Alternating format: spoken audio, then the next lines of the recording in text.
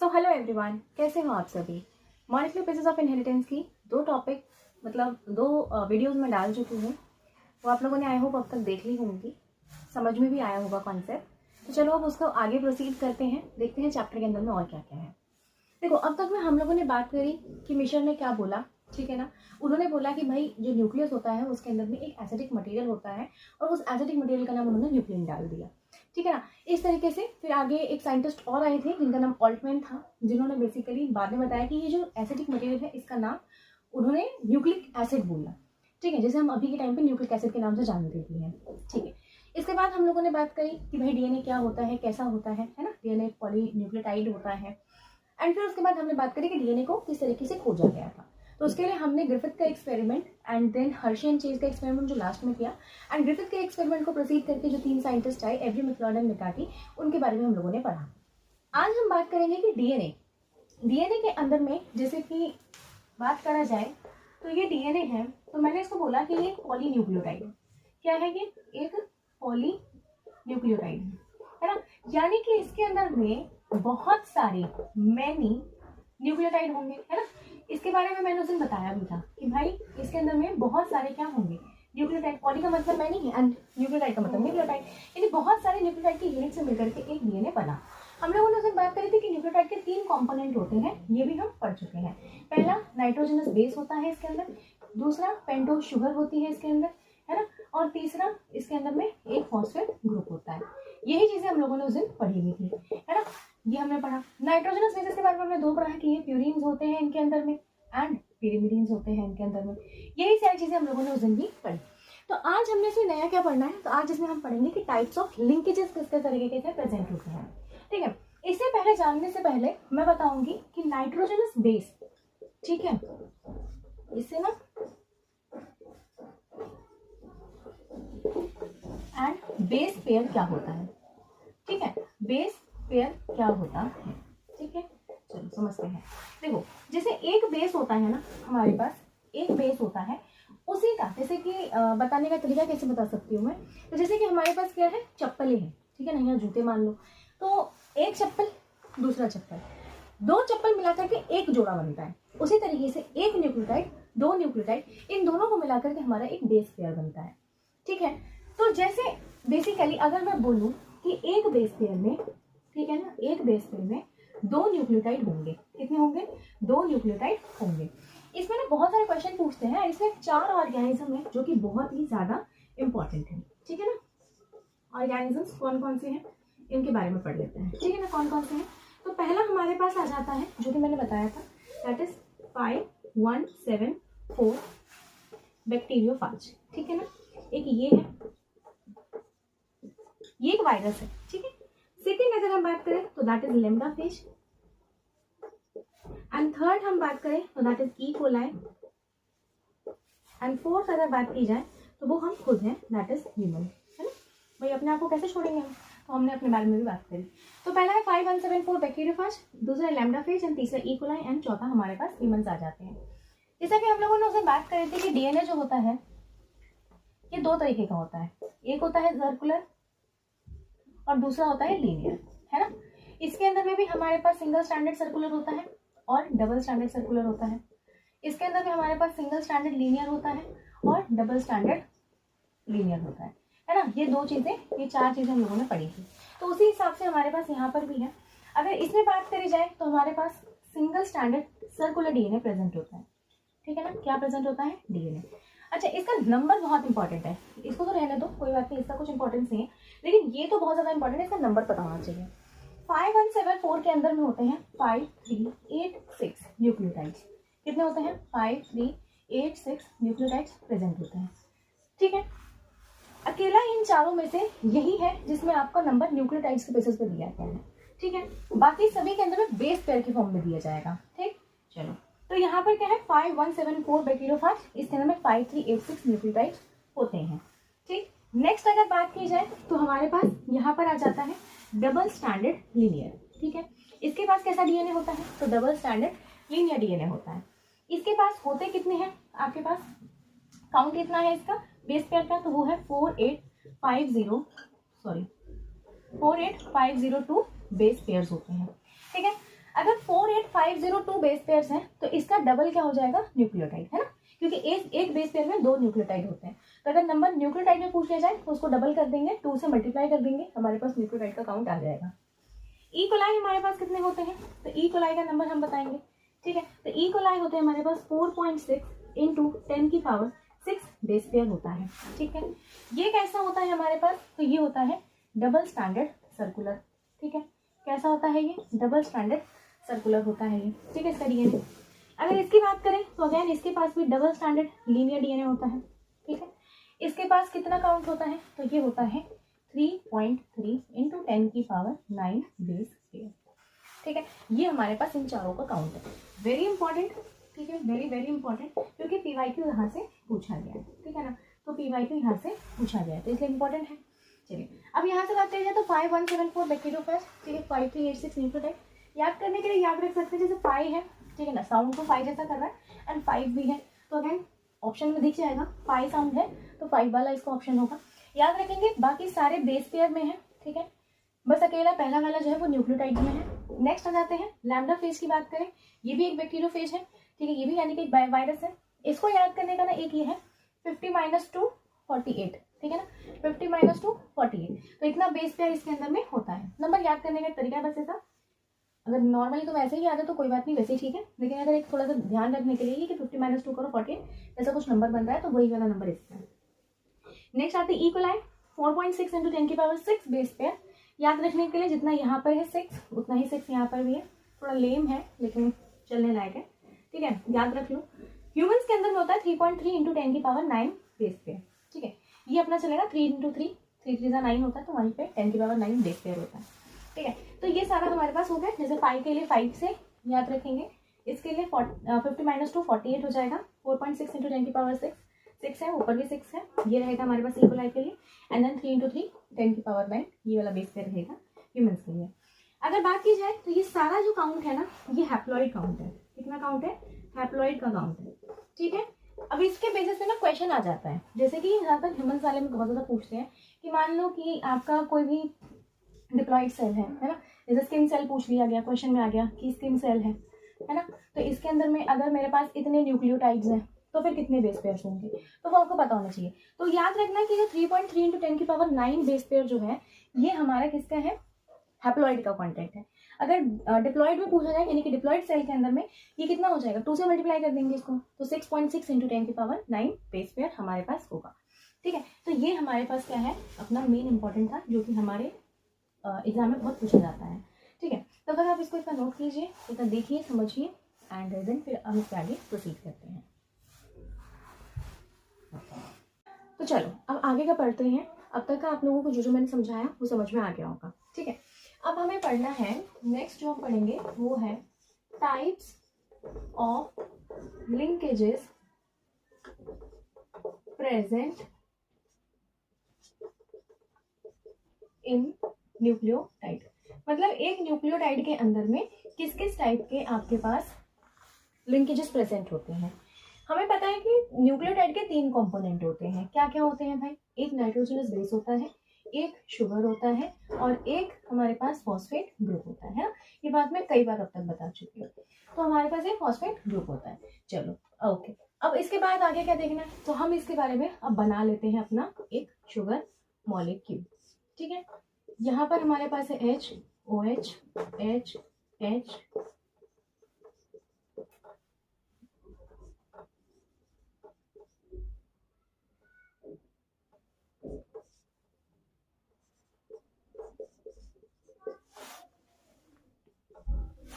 ये हमारे पास होता है फर्स्ट प्राइम कार्बन, ये सेकेंड प्राइम कार्बन होता है, ये थर्ड प्राइम होता है, ये फोर्थ प्राइम होता है and this is your fifth prime carbon, ठीक है। ये हमारे पास फर्स्ट प्राइम कार्बन होता है, यहाँ पर हमारा जुड़ता है नाइट्रोजनस बेस, ठीक है। क्या जुड़ता है हमारा, नाइट्रोजनस बेस जुड़ता है। This is our nitrogenous base, this is our phosphate group and this is our sugar, ठीक है। चलिए, तो शुगर और नाइट्रोजनस बेस के बीच में जो भी लिंकेज होता है उसको हम बोलते हैं ग्लाइकोसिडिक लिंकेज, ठीक है ना। क्या बोलते हैं, सॉरी गलत हो गई, ग्लाइकोसिडिक लिंकेज बोलते हैं, ठीक है। यानी शुगर के बीच में, शुगर और नाइट्रोजनस बेस के बीच में जो भी लिंकेज होता है उसे हम ग्लाइकोसिडिक लिंकेज बोलते हैं, ठीक है। अच्छा, अब अब जो हमारे पास नाइट्रोजनस बेस होता है, इसके अंदर में प्रेजेंट क्या होता है, नाइट्रोजन प्रेजेंट होता है ना भाई, नाइट्रोजन प्रेजेंट होता है। तो इसीलिए हम इसे क्या बोल देते हैं, और एन ग्लाइकोसिडिक लिंकेज बोल देते हैं, ठीक है, क्योंकि नाइट्रोजन के साथ में ये क्या कर रहा होता है, बॉन्ड बना रहा होता है भाई, नाइट्रोजन कंटेनिंग होता है, इसलिए इसे हम एन ग्लाइकोसिडिक लिंकेज बोल देते हैं। चलो ठीक है, अब इसमें ना मेन एक इंपॉर्टेंट चीज आती है कि बॉन्ड किस तरीके से बनता है। तो हमारे पास नाइट्रोजनस बेस दो तरीके के होते हैं, पहला होता है प्यूरिन, है ना, हमने पढ़ा था, और दूसरा होता है हमारे पास पिरिमिडीन, ठीक है, चलो हमने ये भी पढ़ा था। अब इसमें हमने पढ़ा था कि ये जो होता है ये 9 मेंबर्ड होता है, कितने मेंबर का होता है, 9 मेंबर का, और ये जो होती है इसके पास 6 मेंबर्ड की रिंग होती है, ठीक है। तो यानी कि समझने वाली चीज है, इससे समझ में आएगा कि भाई 9 मेंबर का है, यानी कि 1 से लेकर के 9 तक के कार्बन होंगे इसके अंदर, है ना, 1 कार्बन से लेकर 9 कार्बन तक होगा। इसमें कितने होंगे, 1 से लेकर के 6 कार्बन तक होंगे, है ना, 6 कार्बन होंगे इसके अंदर। तो अगर ध्यान दिया जाए तो यहाँ पर एक बहुत इंपॉर्टेंट चीज होती है कि जो बॉन्ड बनता है वो शुगर के फर्स्ट प्राइम कार्बन से और प्यूरिन के 9th कार्बन से बनता है, ठीक है। यानी कि भाई नाइट्रोजनस बेस का भी तो कोई सा कार्बन ही बॉन्ड कर रहा होगा, तो जो कार्बन इसके साथ बॉन्ड करता है वो कार्बन इसका 9th कार्बन होता है, ठीक है ना। तो इसके 9th कार्बन से और शुगर के फर्स्ट कार्बन के बीच में बॉन्ड बनता है, यानी कि ये जो ग्लाइकोसिडिक लिंकेज होगा वो प्यूरिन के अंदर में शुगर के फर्स्ट कार्बन से, ठीक है, शुगर के 1 प्राइम कार्बन के और प्यूरिन के 9 कार्बन से बनता है, ठीक है ना। तो ये हमारे पास इसका लिंकेज होता है। पिरिमिडीन में क्या होता है, पिरिमिडीन में शुगर का 1 प्राइम कार्बन ही होगा एंड जो पाइरिमिडीन होगा उसका भी 1 प्राइम कार्बन ही रहता है, ठीक है ना। जो आपका फर्स्ट कार्बन होगा उसी के साथ में बॉन्ड बन जाएगा, यानी कि इसके लास्ट वाले से, इसके फर्स्ट वाले से ही बनता है, बस प्यूरिन के लास्ट वाले कार्बन यानी कि 9th कार्बन से बॉन्ड बनाता है ये, ठीक है। यहाँ तक समझ में आया। तो जो शुगर और नाइट्रोजनस बेस के बीच में लिंकेज होता है उसको हम एन ग्लाइकोसिडिक लिंकेज बोलते हैं, ठीक है।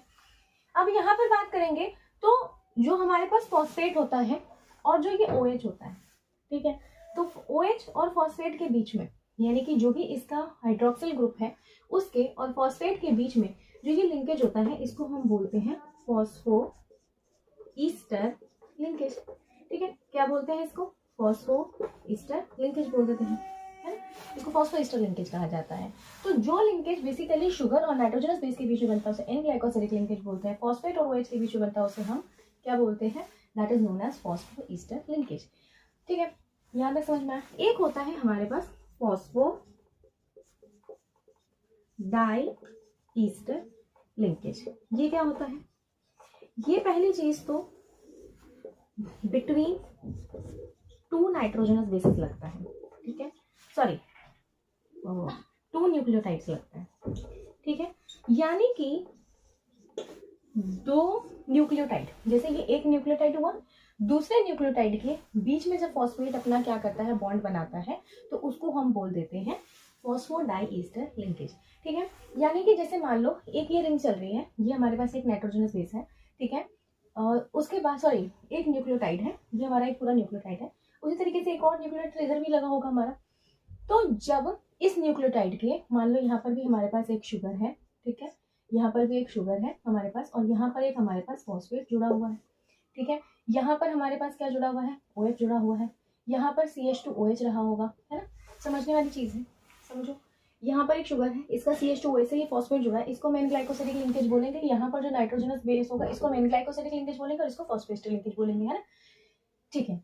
ये वाला फॉस्फेट जो है ना, ये 2 तरीके से लिंकेज बनाता है। पहला लिंकेज तो इसका इसके साथ रहेगा, दूसरा ये दूसरे किसी और नाइट्रोजनस बेस के OH के साथ में बना देता है, ठीक है। तो जो भी इसका 3 प्राइम कार्बन का जो OH ग्रुप होगा उस OH के साथ में जो फॉस्फेट बनाता है तो उसको हम फॉस्फोडाइस्टर लिंकेज कहते हैं, ठीक है। समझ में आया। एक बार इसको दोबारा से समझा देती हूँ। ये शुगर है, ये नाइट्रोजनस बेस है, शुगर और नाइट्रोजनस बेस के बीच में जो लिंकेज होता है उसको एन ग्लाइकोसिडिक लिंकेज कहते हैं। नाइट्रोजनस बेस 2 तरीके के होते हैं, प्यूरिन्स एंड पिरिमिडीन्स होते हैं। प्यूरिन 9 मेंबर का होता है, 1 कार्बन से 9 कार्बन तक की गिनती चलेगी। पिरिमिडीन्स में पिरिमिडीन्स में हमारे पास 6 मेंबर होते हैं, 1 से 6 कार्बन तक की गिनती चलेगी। इसमें जो लिंकेज होता है ये बेसिकली अगर प्रॉपरली देखा जाए तो फर्स्ट कार्बन शुगर का और जो आपका नाइट्रोजनस बेस होगा प्यूरिन का, उसका 9th कार्बन के बीच में लिंकेज होता है। प्यूरिमिडीन्स के अंदर में जो शुगर होगा उसका फर्स्ट कार्बन ही रहेगा, यहाँ पे फर्स्ट प्राइम कार्बन, एंड जो पायरिमिडीन होगा उसका 1 कार्बन, उसका भी जो पहला कार्बन होगा उसके साथ लिंकेज बन रहा होगा। ठीक है, नाइट्रोजन प्रेजेंट होता है इसलिए एन ग्लाइकोसिडिक लिंकेज कहा जाता है। ठीक है, अब इसके अंदर में अगर देखा जाए तो जो फॉस्फो ईस्टर लिंकेज क्या होता है, जो फॉस्फेट और हमारे 5 प्राइम कार्बन के OH के साथ में जो लिंकेज बनता है उसको फॉस्फो ईस्टर लिंकेज कहते हैं। ये तो इसी के अंदर हो गया ना, ये अपने ही घर में इसने लिंकेज बनाया। फॉस्फेट का ना दूसरे घरों के साथ में भी लिंकेज होता है, किसके साथ बनाता है, तो यहाँ का ये OH तो फ्री होगा, है ना, ये वाला OH तो देखो, ये वाला OH तो इस अपने ही वाले के साथ में बंधा हुआ है, इसका एक OH बचा हुआ है अभी, तो ये OH जो होता है इस फॉस्फेट के साथ लिंकेज बनाएगा। सेम इसी तरीके से अगर हम इस 3 प्राइम कार्बन की बात OH की बात करें तो ये वाला OH भी फ्री है, तो ये आगे फर्दर किसी न किसी के साथ लिंकेज बना रहा होगा। तो इस तरीके के लिंकेज को हम बोल देते हैं phosphoester linkage, phosphodiester linkage. Phosphodiester linkage जो होता है ये दो अलग अलग, दो डिफरेंट न्यूक्लियोटाइड्स के बीच में बनता है। ठीक है, यहाँ पे डिफरेंट और लिख लेंगे कि दो डिफरेंट न्यूक्लियोटाइड्स के बीच में बनता है। ठीक है, और जो सेम जिसका शुगर है उसी के साथ अटैच्ड है, उसी के साथ अगर बॉन्ड बना रहा है तो उसको फॉस्फो ईस्टर लिंकेज कहा जाता है। ठीक है, तो ये अपना सारा का सारा था लिंकेजेस जो हमारे न्यूक्लियोटाइड के अंदर में प्रेजेंट होते हैं। चलो एक बार इसको देख लो, फिर उसके आगे हम फर्दर प्रोसीड करते हैं। अब तक का आप लोगों को सबको समझ में आ गया होगा। चलो अब आगे का पढ़ते हैं। देखो एक बार ये पीछे का रिकैप कर लेते हैं कि हम लोगों ने क्या क्या पढ़ा। ठीक है, क्योंकि रिकैपिचुलेशन बहुत इंपॉर्टेंट होता है ना, वरना भूल जाएंगे भाई पढ़ा क्या। तो एक बार पढ़ लेते हैं, याद कर लेते हैं। देखो पहले हमने फ्रेडरिक मिशेल के बारे में पढ़ा, फिर DNA के कंपोनेंट्स के बारे में पढ़ा, देन हमने उसके बाद अपना क्या कहते हैं सर्च पढ़ा कि किस तरीके से जेनेटिक मटेरियल खोजा गया। उसके बाद हम लोगों ने पढ़ा कि भाई किस किस ऑर्गेनिज्म में कितने न्यूक्लियोटाइड, कितने बेस पेयर्स होते हैं जो इंपॉर्टेंट थे, जो हमारी NCERT में गिवन है, वो हम लोगों ने देखा। उसके बाद अभी लास्ट मैंने बताया कि किस किस टाइप के लिंकेजेस आपके एक न्यूक्लियोटाइड के अंदर में प्रेजेंट होते हैं। अब देखो हमने हर एक चीज की बात करी कि इसको कैसे खोजा गया है ना, क्या होता है DNA, एक एसिडिक मटेरियल होता है, न्यूक्लियस के अंदर में प्रेजेंट होता है, बट अभी तक हम लोगों ने इसके बारे में बात नहीं करी कि भाई DNA जो है ये दिखता कैसा है ना, DNA की जो उसका स्ट्रक्चर है उसको किसने डिराइव किया। तो इसी के बारे में पढ़ना स्टार्ट करेंगे। तो इसीलिए अब पढ़ना है हमें डेरिवेशन ऑफ DNA स्ट्रक्चर। ठीक है, इसमें ना हमारे पास दो साइंटिस्ट आएंगे, एक आएगा पहले तो हमारे मॉरिस विल्किन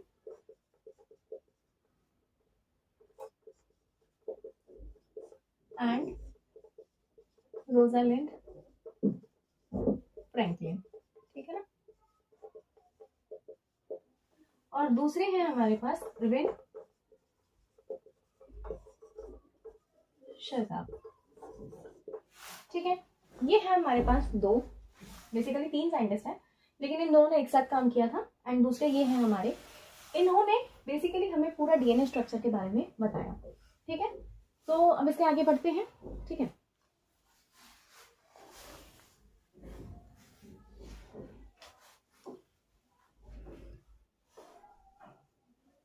तो अब इसके आगे बढ़ते हैं हम। ठीक है, तो देखो पहले हम बात करेंगे जो विल्किन थे, ठीक है, एंड फ्रैंकलिन, इन दोनों ने हमें दिया एक्सरे डिफ्रैक्शन डाटा। ठीक है ना, क्या दिया, एक्सरे डिफ्रैक्शन डाटा दिया हमें। बेसिकली इन्होंने क्या किया, इन्होंने एक्सरे का यूज किया और एक्सरे के यूज करके उन्होंने हमें एक डाटा दे दिया, एक स्ट्रक्चर दे दिया, और उन्होंने हमें बता दिया बेसिकली हुआ क्या था। जैसे कि मान लो ये हमारे पास क्या है, एक्सरेज है, ठीक है, ओके, यहाँ पर हमारे पास क्या है, हमारे पास DNA प्रेजेंट है। ठीक है ना, क्या प्रेजेंट है हमारे पास, DNA प्रेजेंट है। तो ये हमारे पास एक क्रिस्टलाइज्ड DNA है। कैसा DNA है, क्रिस्टलाइज्ड DNA है। ठीक है, इसके ऊपर इन्होंने ये एक्सरेज पढ़वा दी। जब एक्सरेज पढ़वाई तो बेसिकली हमारे पास एक डिफ्रैक्शन क्रिएट हुआ। ठीक है ना, और यहाँ पर हमें स्क्रीन पे कुछ देखने को मिला। जब हमने स्क्रीन पे यहाँ पर कुछ देखा, यहाँ पे हमें सीन हुआ कुछ भी, तो हमने इन्होंने कंक्लूजन क्या दे दिया कि जो DNA होता है ना, ये एक डबल हेलिक्स स्ट्रक्चर है। ठीक है ना, कैसा स्ट्रक्चर है, एक डबल हेलिक्स स्ट्रक्चर है। ठीक है, ये कैसा दिखता है, मतलब इसके अंदर में दो इस तरीके की आपको देखने को मिलेंगी। तो ये एक डबल हेलिक्स स्ट्रक्चर है इन्होंने बोला। साथ ही इन्होंने बोला कि जो DNA की पीरियोडिसिटी होती है, DNA has the periodicity of 3.4 angstrom. ठीक है, पीरियोडिसिटी का मतलब क्या होता है बेसिकली कि आपके हर टर्न में पर टर्न में कितने बेस पेयर प्रेजेंट है। मैंने बेस पेयर बता दिया था।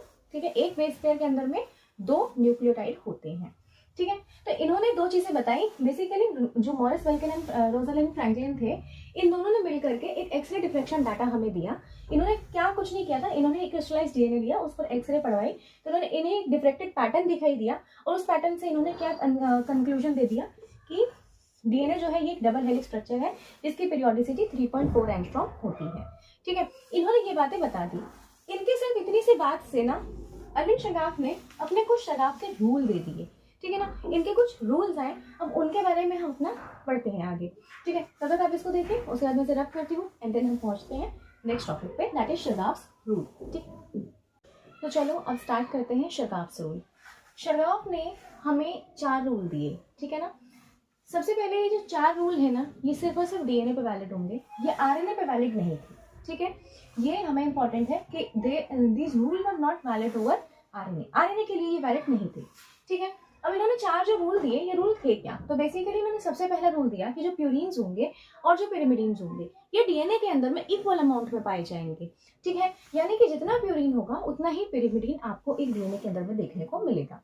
ठीक, सेकेंड रूल इन्होंने दिया कि कंसंट्रेशन जो होगी शुगर डीऑक्सीराइबोज की एंड फॉस्फेट की ये इक्वल नंबर में पाई जाएगी। ठीक है, कि जो शुगर डीऑक्सीराइबोज है एंड जो फॉस्फेट है ये हमेशा इक्वल नंबर में पाए जाएंगे। यहाँ पे ना कॉन्सेंट्रेशन की जगह अगर हम मोलर कॉन्सेंट्रेशन लिखें तो ये ज्यादा अच्छा लगेगा। ठीक है ना, तो जो शुगर डीऑक्सीराइबोज है एंड फॉस्फेट है इनका मोलर कॉन्सेंट्रेशन हमेशा इक्वल नंबर में पाया जाएगा। तीसरा रूल था कि जो एडेनिन है ये इक्विपोलर होता है विद थाइमिन। हमें पता है कि एडेनिन क्या होता है, प्यूरिन। ये मैंने सबसे पहले जो अपना वीडियो बनाया था उसके अंदर मैंने डाला था। एंड थाइमिन क्या होता है, ये हमारा एक पायरिमिडीन है ना, क्या है, एक पायरिमिडीन है। ठीक है, तो यानी कि कहने का मतलब है कि जो एडेनिन है ये इक्विमोलर है किसके साथ में, थाइमिन के साथ। ठीक है, अच्छा, और ग्वानिन जो है ये साइटोसिन के साथ में इक्विमोलर होता है। ठीक है ना, ग्वानिन जो होता है ये साइटोसिन के साथ में इक्विमोलर होता है। तो जितना एडेनिन होगा उतना थाइमिन होगा, जितना ग्वानिन होगा उतना साइटोसिन पाया जाएगा। ये इन्होंने टोटल 4 रूल्स हमें दिए। ठीक है, अच्छा, अब इसके बाद बात करते हैं, इन्होंने 2 बड़ी ही इंपॉर्टेंट इससे कॉन्सेप्ट निकलता है। ठीक है ना, जो कि बहुत इंपॉर्टेंट है, एग्जाम में पूछा भी गया है, तो उसको मैं बता देती हूँ, एक बार इसको देख लो। ठीक है, फिर इसमें रब करती हूँ।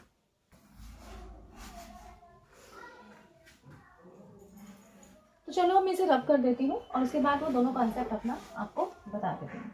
ठीक है,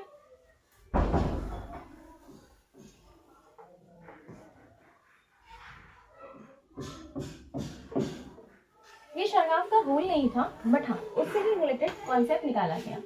ठीक है, पहला था आपके पास A + G। ठीक है, या फिर आपके पास है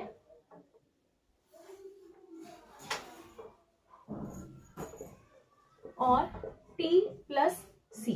ठीक है, अगर आपके पास ये पाया जा रहा है तो इसकी वैल्यू आपके पास आएगी 1। ठीक है ना, क्या आएगी, 1। अगर आपके पास A + G है या फिर T + C है, इसकी वैल्यू क्या रहेगी, 1 रहेगी। ठीक है, ये आपका जो था ना, ये आपका वैलिड था फॉर ऑल स्पीशीज। ठीक है ना, वैलिड बोलो या फिर कांस्टेंट बोलो। ठीक है ना, क्या बोलो, वैलिड बोलो या फिर कांस्टेंट बोलो और फॉर ऑल स्पीशीज। ठीक है, हर स्पीशीज के लिए कांस्टेंट था। ठीक, सेकंड चीज आई हमारे पास, ये फर्स्ट था, देन सेकंड कॉन्सेप्ट। ठीक है ना, सेकंड क्या बोला गया कि जो A + T है एंड G + C है, यानी कि इनका जो बेस रेशो है, ठीक है, इनका जो बेस रेशो है, ठीक है, दिस बेस रेशो, ठीक है, दिस बेस रेशो, ये जो बेस रेशो था is specific for every organism. ठीक है ना, हर ऑर्गेनिज्म के लिए ये स्पेसिफिक था, या फिर हर स्पीशी के लिए लिख लो, तो हर स्पीशी के लिए, और ये क्या था हमारे, ये स्पेसिफिक था। ठीक है ना, तो A + G का वैल्यू जो होगा वो इक्वल 1 होगा, T + C का वैल्यू इक्वल टू 1 होगा। ये वैलिड है या फिर कांस्टेंट है हर स्पीशी के लिए, इसे किसी भी स्पीशी में ऐसा नहीं है कि चेंज हो जाएगा, ये 1 ही रहेगा। बट हाँ, इनका अगर रेशियो लिया जाए A+T/G+C, अगर इसका रेशियो, इसे हम बेस रेशियो कहते हैं, अगर इसका रेशियो अगर निकाला जाए तो ये हर एक ऑर्गेनिज्म के लिए, हर एक स्पीशी के लिए अलग अलग होता है, ठीक है ना। तो ये हमें बेसिकली आइडेंटिफिकेशन के पर्पस के लिए यूज होता है,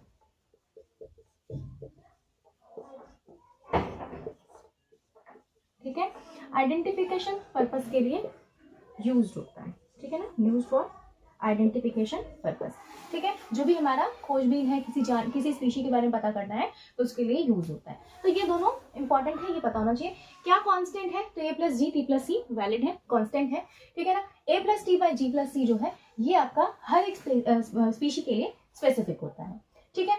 यहाँ तक आपका शगाफ रूल खत्म होता है। अब इसके बाद जो नेक्स्ट टॉपिक रहेगा वो अपना रहने वाला है, वो मैं आगे बताती हूँ, ठीक है।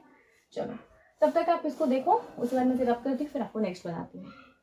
तो चलो आप पढ़ लेते हैं फटाफट से सेलिएंट फीचर्स ऑफ डीएनए, ठीक है। ये अपना नेक्स्ट टॉपिक है। देखो डीएनए के जो कुछ फीचर्स है ना, अब उसके बारे में बात करते हैं, ठीक है। डीएनए का स्ट्रक्चर पता चल गया, डीएनए कैसा था वैसा पता चल गया, सब कुछ पता चल गया, लेकिन अब डीएनए के खुद के स्ट्रक्चर के क्या, डीएनए का क्या फीचर है वो अपन पढ़ते हैं, ठीक है। इसको दिया था basically James Watson and Francis Crick ने 1953 में दिया था। इन्होंने हमें ना एक सिंपल सा ही लेकिन बहुत ही अच्छा डीएनए का डबल हेलिक्स मॉडल दे दिया था, ठीक है ना। तो इन्होंने हमें क्या दिया था, डीएनए डबल हेलिक्स मॉडल दिया था, ठीक है ना। क्या दिया, डीएनए का डबल हेलिक्स मॉडल दिया, ठीक है। ओके चलो अब इसमें इन्होंने क्या क्या बोला समझते हैं। पहले मैंने बताया था कि डीएनए क्या होता है, एक पॉलीन्यूक्लियोटाइड होता है, ठीक है ना, यानी कि बहुत सारे न्यूक्लियोटाइड को मिला करके जब एक चेन बनती है तो उसे पॉलीन्यूक्लियोटाइड बोलते हैं। तो डीएनए जो है इसके पास 2 पॉलीन्यूक्लियोटाइड होते हैं, ठीक है ना। क्या होते हैं, 2 पॉलीन्यूक्लियोटाइड होते हैं, इसी वजह से तो हम इसे डबल स्ट्रैंडेड बोलते हैं, है ना। अगर 2 है तो डबल स्ट्रैंडेड, तो डबल है यानी कि 2 पॉलीन्यूक्लियोटाइड की चेन होती है, जिसके अंदर में बैकबोन जो होते हैं ये शुगर की और फॉस्फेट की बनी होती है, एंड बेसिस जो होते हैं ये इनसाइड आपके क्या होते हैं, प्रोजेक्टेड होते हैं। जैसे कि मान लो ये हमारे पास क्या है, एक डीएनए है, तो ये जो शुगर, इसकी जो यहाँ पे बेसिकली इसका जो बैकबोन होगा ये कौन बनाएगा, शुगर एंड फॉस्फेट, बट यहाँ पर कौन होंगे, हमारे बेसिस होंगे, ठीक है ना। क्या होंगे यहाँ पर हमारे बेसिस, जो बेसिस होंगे वो अंदर होंगे, ठीक है ना, यहाँ अंदर की साइड पर बेसिस लगे हुए होंगे, ठीक है। तो ये समझ में आया। दूसरा लिखा है कि जो दोनों चेन्स होती हैं ये एंटी पैरेलल फैशन में मूव करती हैं, ठीक है। यानी कि अगर एक की पोलैरिटी 5 प्राइम टू 3 प्राइम है तो दूसरे वाले की उसकी बिल्कुल उल्टी चलेगी, that is 3 prime to 5 prime, ठीक है ना। तो इनकी दोनों की पोलैरिटी जो होती है ये उल्टी होती है, एंटी पैरेलल फैशन में मूव करते हैं, ठीक है। अच्छा नेक्स्ट बात करेंगे, जो एडेनिन होता है ये थाइमीन के साथ में क्या बनाता है, डबल बॉन्ड, ठीक है ना। क्या बनाता है, 2 हाइड्रोजन बॉन्ड्स फॉर्म करता है, इसीलिए हम इसको ऐसे लिखते हैं A और T, ठीक है।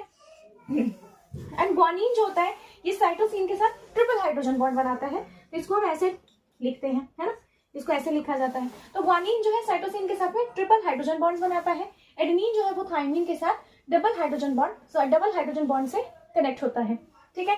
इसी के रिजल्ट में आपको क्या मिलता है, एज अ रिजल्ट आपको क्या दिखाई देता है कि जो प्यूरिन्स होते हैं ये हमेशा पेरिमिडीन्स के ऑपोजिट में रहेंगे, ठीक है ना। Purines always comes opposite to the pyrimidines, and यही एक रीजन है जिसकी वजह से हम कहते हैं जो कॉम्प्लीमेंट्री बेस पेयरिंग का जो रीजन होता है वो यही है कि जो एडेनिन है वो थाइमीन के साथ में 2 हाइड्रोजन बॉन्ड, एंड ग्वानिन जो है वो साइटोसिन के साथ में क्या बनाता है, 3 हाइड्रोजन बॉन्ड बनाता है। यानी कि अगर आपको एक स्ट्रैंड के बारे में पता है, ठीक है ना, आप एक स्ट्रैंड के बारे में अगर आपको पता है तो आप अपने आप दूसरे स्ट्रैंड को बता सकते हैं, है ना।